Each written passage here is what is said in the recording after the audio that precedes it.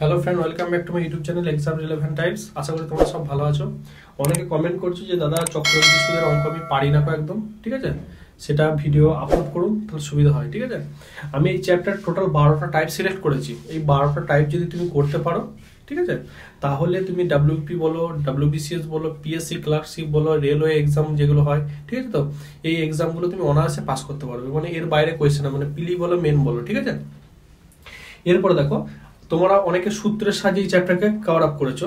সূত্রের সাহায্যে গেলে অনেক জটিল হয়ে যায়, ঠিক আছে, জটিল শুধু মানে জটিলই হয়ে যায়। কিন্তু আমি যে ওয়েতে শেখাবো একদম এর থেকে সোজা জিনিস হবে না, একদম ইজি ভাবে তোমরা কোয়েশ্চেনগুলো অ্যাটেম্প করতে পারবে। প্রত্যেকটা টাইপের একটা দুটো করে কোয়েশ্চেন করাবো, তোমরা সেগুলো ভালো করে ফলো করবে, তাহলে দেখবে কোনো রকম অসুবিধা হবে না, ঠিক আছে।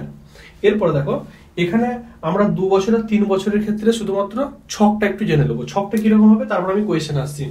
2 বছর যদি কোয়েশ্চেনে থাকে তাহলে তোমার প্রথমে একটা ছক আঁকবো, সেটা দুটো পার্ট করব, তারপরে তারপরের ধাপে যাবে হবে একটা কমে যাবে, তাহলে এটা হচ্ছে 2 বছরের ছক, বোঝা গেল? কি দুটো ছক আঁকবো, তারপরের ধাপে একটা কমে যাবে, তাহলে কত হবে? 2 বছরের ছক হয়ে গেল। যদি 3 বছর বলতো, 3 বছরই ম্যাক্সিমাম দেয়, তার বেশি দেয় না, ঠিক আছে। একটা, দুটো, তিনটে, তারপরে কত? একটা কমলে কত হবে? দুটো হবে। দুটো হলো, তারপরে একটা কমলে কটা হবে? একটা হবে, বোঝা গেছে? 2 বছর 3 বছর ক্লিয়ার হয়েছে। 2 বছরের ক্ষেত্রে প্রথম দুটো হবে, একটা হবে, এর ক্ষেত্রে তিনটে হবে, তারপর দুটো হবে, তারপর একটা হবে, ক্লিয়ার? আমার এই কোয়েশ্চেনের মধ্যে কি বলছে, 1000 টাকা 10% হলে 2 বছরে। দেখো, একটা টাইপ 1, আমি এখানে টাইপ 1টাই শুধুমাত্র ডিসকাস করবো এই ভিডিওর মাধ্যমে, ঠিক আছে। তো এখানে কোয়েশ্চেনগুলো তুমি কিভাবে অ্যাটেম্প করতে পারবে দেখো। চক্রবৃদ্ধি সুদ বের করতে পারবে, সরল সুদ বের করতে পারবে, সুদে আসলে বের করতে পারবে, ইভেন চক্রবৃদ্ধি সরল সুদের পার্থক্যটা বের করতে পারবে। খুব সোজা ট্রিক, শুধুমাত্র দেখে নাও। তাহলে আমার এখানে কত বছর টাইম দিচ্ছে? 2 বছর দিচ্ছে, তাহলে এই ছকটা হবে না। কোন ছকটা হবে? এই ছকটা হবে। এরপরে দেখো, আমার যেটা টাকাটা দিয়েছে কি করে বের করবো? 1000 টাকা দিয়েছে, কত পার্সেন্ট দিয়েছে? 10%, ঠিক আছে। এবারে পার্সেন্টেজটা আছে, পার্সেন্টকে তুলতে গেলে আর আনতে গেলে দুটো জিনিস শুধু জেনে রেখে দাও। তোমরা ছোটবেলায় দেখেছিলে না, 100-র মধ্যে আমি পেয়েছি কত? 70 নাম্বার। কত পার্সেন্ট পেয়েছো? 100 দ্বারা গুণ করে দাও, তাহলে কত কেটেছে? কত? 70% বলেছিলে তো।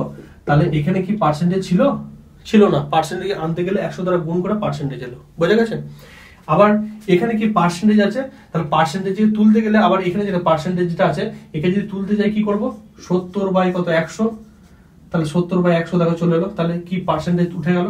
তাহলে পার্সেন্টেজকে আনতে গেলে 100 দ্বারা গুণ করতে হয়, পার্সেন্টেজকে তাড়াতে গেলে 100 দ্বারা ভাগ করতে হয়। তাহলে এখানে কি করতে হবে? তাড়াতে হবে। তাড়াতে গেলে কি করব? 1000 ইন্টু 10 বাই 100, ঠিক আছে। একটা শূন্য একটা শূন্য, একটা শূন্য একটা শূন্য, তাহলে কত হচ্ছে? 100 এলো। এই যেটা এলো সেটা এই ওপরের ছকে দুটো দিয়ে সেম ভাবে বসিয়ে দাও। সব ক্ষেত্রে যদি 3 বছরে দিত, 3 বছরে 100 লিখতাম, কোনো অসুবিধা নেই। এরপরে দেখো, এখান থেকে এই ছকটায় আসতে হবে, তাহলে এর কত পার্সেন্ট? পার্সেন্টেজ সবসময় সেম থাকবে। তাহলে 100 টাকার আবার যদি 10% করি, 100 টাকার 10% মানে কি হবে? 100 ইন্টু 10 বাই 100, ঠিক আছে। শূন্য শূন্য কেটে গেল, তাহলে কত হচ্ছে? 10 টাকা আসছে। তাহলে এটা কত? 10 টাকা গেল। সব আমার কমপ্লিট। এরপর দেখো অ্যান্সার গুলো কত সহজে বের করতে পারবো, ঠিক আছে। খুব ইজি প্রসেসে আমরা করলাম। এরপর দেখো কি করব। দেখো, এখানে আমি প্রথম বিটা বের করছি। সরল সুদ কত হবে জানো তো? সরল সুদ শুধুমাত্র এইগুলোকে যোগ করে দাও, তাহলে হবে। তাহলে 100 প্লাস 100 মানে কত? 200 টাকা। সরল সুদ 200 টাকা হয়ে গেল, বোঝা গেছে? চক্রবৃদ্ধি সুদ কত হবে? চক্রবৃদ্ধি সুদ হবে পুরোটার যোগফল, তাহলে কত হবে? 100 প্লাস 100 প্লাস 10 মানে কত হবে? 210 টাকা। কোনো অসুবিধা আছে? সরল সুদ কি হবে? এর ওপরেরটা, যদি 3 বছর বলতো এর ওপরগুলো যোগ করে দিতাম, সরল সুদ পেয়ে যেতাম, ঠিক আছে। চক্রবৃদ্ধি সুদ বললে কি? পুরোটা যোগ করবো, তাহলে সেটা চক্রবৃদ্ধি হবে। এর চক্রবৃদ্ধি করে পুরোটা যোগ করবো, চক্রবৃদ্ধি সুদ পেয়ে যাবো, ঠিক আছে। এরপরে কি বলেছে? পার্থক্য বলেছে। চক্রবৃদ্ধি এবং সরল সুদের পার্থক্য বলেছে। পার্থক্য কোনটা হবে? এই শুধুমাত্র ওপরের ছকটা বাদ দিয়ে যেটা থাকবে সেটা পার্থক্য। তাহলে কত পড়ে রয়েছে? শুধুমাত্র 10 পড়ে রয়েছে, 10। এমনিতে তুমি দেখো 210 থেকে 10 বাদ দিলে, 200 বাদ দিলে কত? 10 পড়ে থাকে, এমনিতে বেরোচ্ছে। আর শর্ট ট্রিকের সাহায্যে এটা হয়ে যাচ্ছে। এখানে যদি হতো এইটা, এই ছকটা বাদ দিতাম, তারপরে যে নিচে যেগুলো থাকতো সেগুলোকে যোগ করে সেটা হচ্ছে তার পার্থক্য। আশা করি কোনো অসুবিধা নেই। তাহলে এখানে ক্লিয়ার হচ্ছে। 1000 টাকা যেটা পি দিয়েছে, আর এর মান দিয়েছে, আর তোমার টাইমটা দিয়ে দিয়েছে। তাহলে কি 1000 টাকা 10% বের করে ওপরে দুটো ছকে লিখবো 2 বছরের ক্ষেত্রে। এই যেটা বেরোবে তার আবার 10% কত? 10 টাকা সেটা বেরোলো। তাহলে সরল সুদ কি হলো? ওপর দুটো যোগ করে সরল সুদ পেয়ে গেলাম 200 টাকা। চক্রবৃদ্ধি সুদ কি বললাম? পুরোটা যোগ করবো, 100 প্লাস 100 প্লাস 10 মানে কত? 210 টাকা। আর তোমার কি বলছে? পার্থক্য বলেছে। পার্থক্য মানে কি বললাম? শুধু উপরেরটা বাদ দিয়ে বাকি যে পার্টটা আছে, সরল সুদ বাদ দিয়ে যেটা হয় সেই পার্টটা শুধুমাত্র কি হবে? চক্রবৃদ্ধি এবং সরল সুদের পার্থক্য। কোনো কঠিন আছে? এটা হলো টাইপ 1, আমি টাইপ 1টা কভার আপ করে দিলাম। দেখো টাইপ 1 এর অনেক রকম কোয়েশ্চেন দেয়, চক্রবৃদ্ধি সুদ বের করতে দেয়, সরল সুদ বের করতে দেয়, তাদের পার্থক্য বের করতে দেয়। আমি একটা কোয়েশ্চেনের মাধ্যমে তোমাদের ক্লিয়ার আপ করে দিলাম, তোমরা অনার্সে করতে পারবে, ঠিক আছে। এরপরে তোমার অনেকে কোয়েশ্চেন করতে পারো যে দাদা আমি তো 2 বছরে দেখিয়ে দেন, 3 বছরে দেখালেন না। 3 বছরটা আমি দেখিয়ে দিচ্ছি, ঠিক আছে। আশা করি এটা কোনো অসুবিধা নেই। আচ্ছা, ক্লিয়ার করছি। আমি একই কোয়েশ্চেন রাখছি, তাহলে তোমাদের বোঝাতে সুবিধা হবে, ঠিক আছে। একই কোয়েশ্চেন রাখছি, শুধুমাত্র এখানে 2 বছরের জায়গায় আমি কি করছি 3 বছর করে দিচ্ছি, ঠিক আছে। 3 বছর করে দিচ্ছি। আচ্ছা দেখো 3 বছর, দেখো কি হবে এখানে 1000 টাকা, 1000 টাকা 10% মানে কত আমরা বের করেছিলাম, 1000 ইন্টু 10/100, 0 কেটে গেল, তাহলে কত 100 টাকা এলো। তাহলে 3 বছর আমি ছকটা বানাই আগে। 3 বছরের ছকটা একটু শুধুমাত্র ডিফারেন্স থাকে, সেই ডিফারেন্সটা শুধুমাত্র জানলেই আর কোনো অসুবিধা হবে না, ঠিক আছে। দেখো কি করে, তাহলে 100 এসেছে, আমি বলেছিলাম উপরটাতে সেম হয়ে যাবে, 100 100 100 হয়ে গেল। তাহলে এর আবার কত পার্সেন্ট বেরোবে, 10% বেরোবে, হ্যাঁ কি না। তাহলে 100 টাকা 10% যদি বের করি, 100 টাকা 10%, 10/100 আমি একবারে বের করে নিলাম, তাহলে কত হলো 10 টাকা। তাহলে এ তো 10 টাকা হবে, কিন্তু একে 10 টাকা করা যাবে না, তাহলেই গন্ডগোল হয়ে যাবে। একে কি করতে হবে, এ যা থাকবে তার ডবল বসাতে হবে। মানে কি, এই যদি 20 থাকে 40 বসাতে হবে, এই যদি 50 থাকে 100 বসাতে হবে, 10 তাহলে কত 20 বসাতে হবে। বোঝা গেল? ক্লিয়ার হয়েছে? 3 বছরের ক্ষেত্রে শুধু একটু জায়গায় মনে রাখবে, প্রথমটা যা হবে সেম হবে, এটা যা পার্সেন্টেজ মানে যত টাকা হবে তার ডবল করতে হবে এটা, ঠিক আছে। আবার এর 10% 10 করে দাও, 10 টাকা 10%, 10 বাই কত 100, মানে 10 টাকা 10% বলছে, তাহলে 10 তো লিখলাম, 10% মানে পার্সেন্টেজ তুই তাহলে 100 দ্বারা ভাগ করে দিলাম, দেখো এই 0 কেটে গেল, তাহলে কত 1 টাকা হয়ে গেল। কোনো অসুবিধা নেই আশা করি। আচ্ছা, এরপরে দেখো কোয়েশ্চেন গুলো কি করে তোমরা সলভ করবে। আমি সরল সুদ চেয়েছি, সরল সুদ আমি প্রথমে সরল সূত্রে বের করলে সুবিধা। সরল সুদ কত হবে, 100 প্লাস 100 প্লাস 100, তাহলে কত হয়ে গেল 300 টাকা। তাহলে সরল সুদ আমার হয়ে গেল। বোঝা গেছে? যদি চক্রবৃদ্ধি সুদ দেয়, চক্রবৃদ্ধি সুদ কি বলেছিলাম, সরল সুদের ক্ষেত্রে এইটুকু যোগ 300 টাকা হয়ে গেছে, চক্রবৃদ্ধি কি পুরোটা যোগ, তাহলে কত হবে 100 plus 100 plus 100 plus 10 plus 20 plus 1, তাহলে কত 331 টাকা হয়ে গেল, ঠিক আছে।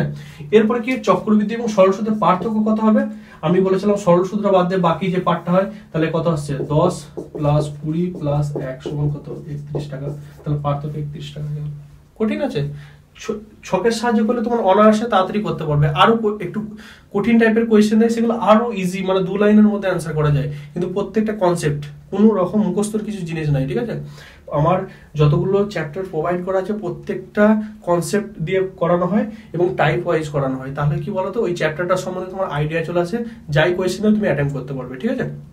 আমার পেড কোর্সে যেই ছেলেগুলো করে, তারা প্রথমে অনেকে ঢুকেছে একটা করে অ্যাটেম্প করতে পারতো না, মোটামুটি 12টা, কেউ 11টা, ঠিক আছে। তো আর যারা ভালো ছিল তো 18টা 17টা করে অ্যাটেম্প করতে পারে, ঠিক আছে। মানে টাইপ ওয়াইজ করলে কি তোমাদের সুবিধা, আর আমি সেইভাবেই প্রোভাইড করি তোমাদের। আর আরেকটা যেটা বলছিলাম তোমাদের, আমি একটা ইংলিশের ব্যাচ ওপেন করেছি, ঠিক আছে। এই ইংলিশের ব্যাচটা তোমার প্রত্যেকটা চ্যাপ্টার টাইপ ওয়াইজ করানো হচ্ছে। টাইপ ওয়াইজ মানে কি, যেমন সাপোজ বলছি ডাব্লিউপি আমি ক্ষেত্রে বলছি ভয়েস চেঞ্জ, ভয়েস চেঞ্জে টোটাল 18টা টাইপ আছে, 18টা টাইপ করলে ওর বাইরে কিছু জানার দরকার নেই। এরপরে এগুলো তোমাদের গ্রামাটিক্যাল রুল অনেক কিছু যা লাগে, অনেকের মনে রাখতে পারো না, সেই কারণে টাইপগুলোকে এমনভাবে সাজিয়েছি যে ওইসব কিছু জানার দরকার নেই, শুধুমাত্র কিওয়ার্ড জানবে অ্যান্সার করবে, কিওয়ার্ড জানবে অ্যান্সার করবে। ন্যারেশন চেঞ্জে 14টা টাইপ আছে, 14টা টাইপ করলে ওর বাইরে কোয়েশ্চেন হবে না। এরর কারেকশন, যেটা দেখলে সবাই মানে হাত পা কাঁপে যে কি করে সলভ করবো, ঠিক আছে। সব রকম রুল লাগবে, মাত্র 65টা টাইপ আছে, 65 রকম কোয়েশ্চেন আমি তোমাদের শিখিয়ে দেবো। একবার প্র্যাকটিস করে নেবে, প্র্যাকটিস সেট দেবো, তোমরা নিজেরাই দেবে 60টা প্লাস অ্যান্সার করতে পারবে, ঠিক আছে। তো করানোর দায়িত্ব আমার 100%। যদি তোমরা ওই ব্যাচটার মধ্যে এনরোল করে যদি তোমরা শিখতে না পারো, ঠিক আছে, তো 5 গুণ ফিজ আমার কাছ থেকে নিয়ে তোমরা চলে যাবে, আমি অন রেকর্ড বলছি তোমাদের, ঠিক আছে। সেইভাবেই নোটটা তৈরি করা আছে, তোমরা একদম 100% করতে পারবে। যে ইংলিশের ইটাও লিখতে পারো না, ইংলিশ স্পেলিং লিখতে পারো না, সেই ছেলেও যদি 25 মার্কস কোয়েশ্চেন হয় 70 থেকে 80 মার্কস নিয়ে আসতে পারবে, আমি 100% চ্যালেঞ্জ দিচ্ছি, ঠিক আছে। নোটটাকে সেইভাবেই করা আছে। আর আমি আরো ওখানে বলছি, আমার অনেক অফলাইনে ব্যাচ আছে বা অনলাইনে ব্যাচে অনেক ছেলেকে পড়িয়েছি, তারা যখন আমার কাছে অ্যাডমিশন নেয় কিছু জানতো না, সেই ছেলেগুলোকে ওই কিওয়ার্ড দিয়ে পড়ি মোটামুটি তারা এখন এরকম এর থেকে ভালো রেজাল্ট করে, মানে অ্যাটেম্প করতে পারে, ঠিক আছে। তো শুধুমাত্র ডাব্লিউবিপির জন্য নয়, তুমি যদি কোনো সিজিএল বা সিএইচএল এক্সাম দাও অনেকটা তোমাদের হেল্প হবে, ঠিক আছে। মানে এই কিওয়ার্ডগুলো, নাহলে অত গ্রামাটিক্যাল রুল মনে রাখা কারোর পক্ষে সম্ভব নয়। যে অনেকে স্যাররা কি করে, নাউন পড়ায়, প্রোনাউন পড়ায়, ভার্ব পড়ায়, অ্যাডভার্ব পড়ায়, আরে বস একটা পড়ছিল তো 30টা 35টা করে রুল, এবারে সেই রুলগুলোই মাথায় রেখে আবার যখন 5 হয়ে যাবে কার ক্ষেত্রে অ্যাপ্লাই করবো কিছুই মনে থাকে না, ঠিক আছে। তাহলে যে কোয়েশ্চেনগুলো বারবার আমার কি করি, আমি যে কোয়েশ্চেনগুলো বারবার পড়ে সেই কোয়েশ্চেনগুলো পাঞ্চ করে সেগুলোকে একটা টাইপ বানাই, ঠিক আছে। ধরো দেখা গেল একটা বলছে সিম্পল ইন্টারেস্টে দেখা গেল টোটাল বিগত বছরের আমি দেখলাম 150টা কোয়েশ্চেন এসেছে, ঠিক আছে। 150টা কোয়েশ্চেনের মধ্যে আমি পাঞ্চ করি যে একই টাইপের কোয়েশ্চেন কোনগুলো, দেখা গেল যে 12টি টাইপ পাচ্ছি, 12টা কি 14টা টাইপ পাচ্ছি, প্রত্যেকটা টাইপের আমি সেগুলো ভাগ করে দিই, ঠিক আছে। সেই ভাগ করে দিয়ে দেখবে ওই তুমি যে কোনো কোয়েশ্চেন পেপার খুলো দেখবে ওই কোয়েশ্চেনের মধ্যেই আছে, কোনো রকম অসুবিধা হবে না, ঠিক আছে। তা যারা ইন্টারেস্ট আছে, হ্যাঁ আর একটা আমার ফ্রি ব্যাচ করা হয়েছে, অনেকে মানে ফিজের জন্য অনেকে আমার মেন ব্যাচে এনরোল করতে পারছো না, সেই জন্য সপ্তাহে একদিন করে ক্লাস দেওয়া হচ্ছে, ঠিক আছে। সেটা ফ্রি ব্যাচ, প্রত্যেকটি চ্যাপ্টার টাইপের মাধ্যমে করানো হবে সপ্তাহে একদিন। তা যারা ইন্টারেস্ট আছো আমার এই যে হোয়াটসঅ্যাপ নাম্বারটা দিয়েছে সেই নাম্বারে তোমরা যোগাযোগ করে নেবে। আর যারা মেন ব্যাচে এনরোল করতে চাইছো যে আমার কিছু জানি না আমার ভালো রকম নাম্বার দরকার, ম্যাথ বলো, রিজনিং বলো, ইংলিশ বলো, তারাও যোগাযোগ করতে পারো, ঠিক আছে। তো 1 মাস করে দেখো, যদি তোমাদের না ইমপ্রুভ হয় আমার ইউটিউবের কমেন্ট সেকশন তোমরা যা খুশি বলতে পারো। তারপরে যে ফিজটা দেবে আমি তো বলে দিচ্ছি 5 গুণ তোমাদের ফেরত নিয়ে চলে যাবে, ঠিক আছে। 100% শিখতে পারবে। চলো তাহলে এখানেই শেষ করলাম, পরের টাইপটা অবশ্যই আমি তাড়াতাড়ি প্রোভাইড করে দেবো। ভালো থাকবে।